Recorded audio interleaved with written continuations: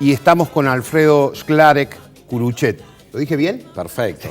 Director académico del CIPES. ¿Cómo está? Bienvenido. Bueno, gracias. Alfredo, muchas gracias. Gracias. Bueno, ustedes formás parte de una entidad que es muy valorable y es para elogiar todo el trabajo que hacen, el trabajo social que realizan, sobre todo a nivel estadístico y a nivel de estudio y de investigación, ¿no? La pregunta es obvia, pero nadie la responde. ¿Por qué la Argentina tiene tantos pobres, Alfredo? Sí, bueno, es un tema. Tiene que ver con la decadencia que vivimos, diría desde el 73, 4, por ahí. Esa es la fecha más o menos que se dice que a partir de ahí Argentina empezó en declive. Y de ahí, obviamente, después de cada crisis económica, con picos de inflación, de devaluación, de recesión, obviamente que la pobreza ha ido aumentando día a día. Y lo terrible es que, digamos, hemos pasado de ser, digamos, yo nací en el 75, o sea que ni conocía esa Argentina, pero por lo que me dicen mis padres, etcétera, era un país directamente sin pobreza prácticamente, ahora a ser un país en donde el 32% de la población está en situación de pobreza, más de la mitad de los niños argentinos nacen en una familia en situación de pobreza, o sea que eso ya nos da, digamos, o sea, es otra Argentina, ¿no? Respecto a lo que veníamos, y el futuro también va a ser distinto, porque... Y te aporto un dato, pues yo soy de los que sobrevivientes, digamos. Sí, sí. Yo soy del año 1957. La salud era diferente, la educación era diferente, la educación pública era diferente. Sí, sí, Entonces, totalmente. Eso te da menos pobreza, más salud, más educación, menos inseguridad. Era una noticia cuando había un robo. No, totalmente. Digamos, además de las crisis, que obviamente lo que hacen es que destruyen fuentes de trabajo y entonces la gente no tiene trabajo y ese es digamos, el principal problema, pero también todo ese proceso de degradación ha ido acompañado justamente de un deterioro de todo lo que es la educación pública, la salud pública. Y se sabe, digo, si hay algo que se sabe en economía, que es un poco como el clima, ¿no? Que estaban hablando antes, que son pronósticos, pero bueno, lo que sí se sabe es que la educación pública y la salud pública son dos variables importantísimas para combatir la pobreza, ¿no? O sea, entonces, obviamente que ese es un problema. Y volviendo al tema de que el 50% de los niños están en situación de pobreza, eso lo que significa es que de acá una generación, 2 generaciones, o de acá 20 años, cuando esos niños salgan al mercado laboral, ¿qué tipo de trabajos van a poder tener? Digamos, estamos hablando de que es el 50% de la población, ya va a ser el 50% de la población total que nació en una familia en situación de pobreza. ¿Qué tipo de trabajos el país le va a poder ofrecer a esos niños? O sea, esta es una situación gravísima que, digamos, un poco como esto del clima, ¿no? La crisis climática. Es como que no nos vamos dando cuenta, pero lentamente estamos yendo a una situación de no retorno y en donde, en definitiva, el día de mañana solucionar eso va a ser todavía más caro, ¿no? O sea, va a ser más difícil, más complicado. En ese sentido, yo creo que realmente es prioritario, o sea, sin lugar a dudas el tema de la pobreza y la pobreza infantil es el principal problema económico y social que tenemos como país.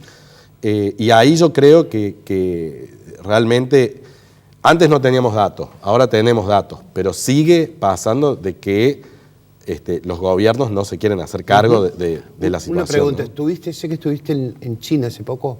Sí, estoy yendo bastante seguido, yo aparte de director académico del CIPES, soy también investigador del CONICET, y bueno, estoy en un proyecto de investigación con la Universidad de Pekín, en Beijing, China. Y el trabajo es, digamos, la herramienta de los chinos y de los asiáticos es las fuentes laborales, ¿no? Bueno, para salir del estado de pobreza, donde había mucha pobreza en la gente. Uniendo un poco los dos temas, si uno mira la pobreza a nivel mundial, en los últimos años ha caído abismalmente la pobreza. Y fundamentalmente es por la caída en China, no en el resto del mundo, digamos, y sin lugar a dudas, no en Argentina, ¿no?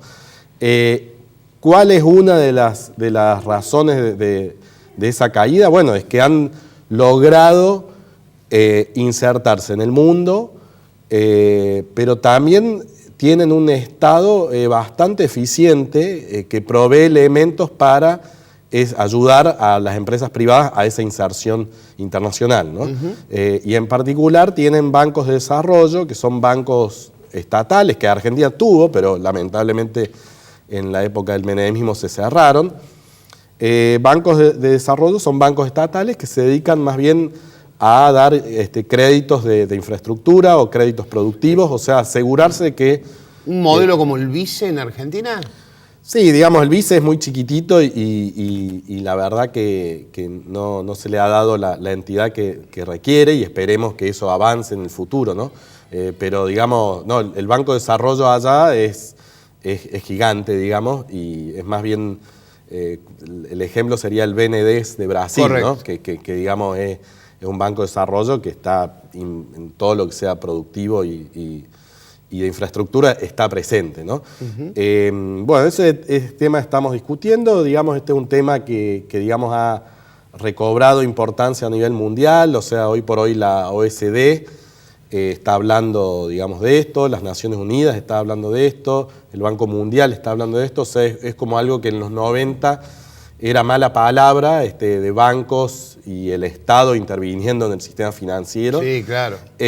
Hoy por hoy, quizás, digamos, por el éxito chino que ha mostrado de que justamente sí se puede, digamos, el Estado sí puede ser bien manejado, sí se puede usar para desarrollar, pero obviamente que requiere un Estado bien manejado, y sí, profesional, con tasas del 70%, ¿no? es complicado que haya inversión, que haya desarrollo productivo, y que dejando de lado las entidades que pueda tener el Estado, es decir, un inversor privado para dar laburo, para generar fuente de trabajo, con tasas como las que tenemos nosotros, es realmente imposible, ¿no? No, hoy la situación macroeconómica y las políticas macroeconómicas de este gobierno son desastrosas.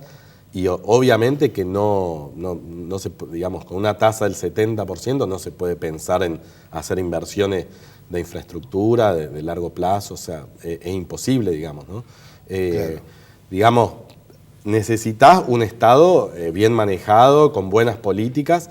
Un poco lo que yo creo que lamentablemente en esta decadencia que hablábamos de Argentina, hemos caído en una discusión bastante estéril, que es Estado sí, Estado no, cuando en realidad lo que está demostrado tanto a nivel académico como los países que se han desarrollado, o sea, los últimos países que se han desarrollado, el Estado siempre ha tenido un rol fundamental. O sea, la discusión no es Estado sí, Estado no, sino es cómo hacemos que el Estado sea más eficiente y provea los servicios y las políticas que necesitamos para desarrollar. Sí, y no se pierdan recursos en el medio, ¿no? Porque a veces, desde un extremo al otro, el costo se aumenta considerablemente y generalmente el resultado no es bueno.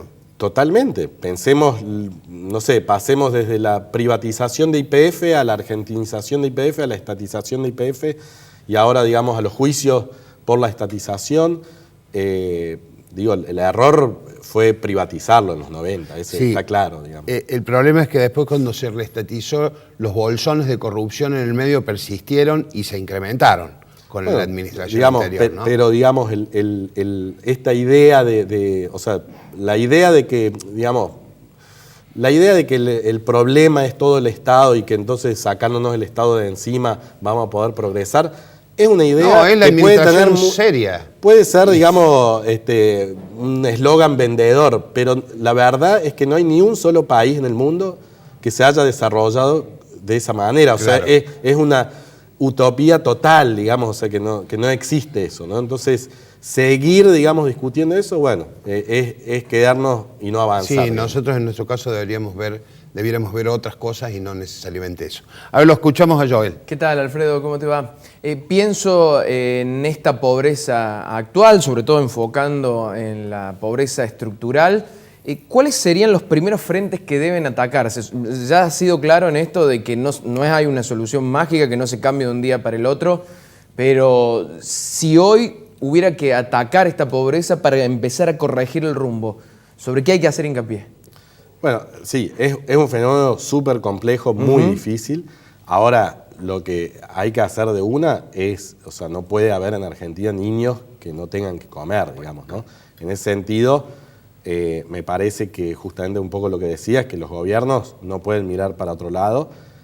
Nosotros hemos sido bastante críticos contra el gobierno provincial, en particular el programa PAICOR. Si uno mira el programa PAICOR, lo que uno ve es que en los últimos 10 años el presupuesto cayó 3%, y si mira la cantidad de beneficiarios del PAICOR, cayó en 20.000, y la pobreza en ese mismo periodo aumentó el 50%, ¿no? Y el PAICOR es el principal programa social que tiene la provincia. O sea, si tenemos, y encima, digamos, el gobierno provincial diciendo, no, la pobreza es causa de la nación, miramos a la nación. Bueno, no, hay que hacerse cargo, y ahí, digamos, PAICOR, la educación pública también está muy resentida en la provincia, la salud, ni que hablar, ¿no? La salud pública. Yo diría que digamos, necesitamos paliar el hambre, porque, digamos, sin buena alimentación, después no hay mucho que hacer. Y después justamente eso, tener un proyecto de nación y de provincia que vaya al desarrollo, que genere trabajos y que se mantenga en el tiempo, y en donde el rol del Estado, digamos, tiene que jugar un rol central, y tenemos que ver cómo logramos tener un Estado que realmente sea eficiente y no que caiga, digamos, en la politiquería o en solo mirar las próximas elecciones y no pensar en las cuestiones estructurales de largo plazo, ¿no?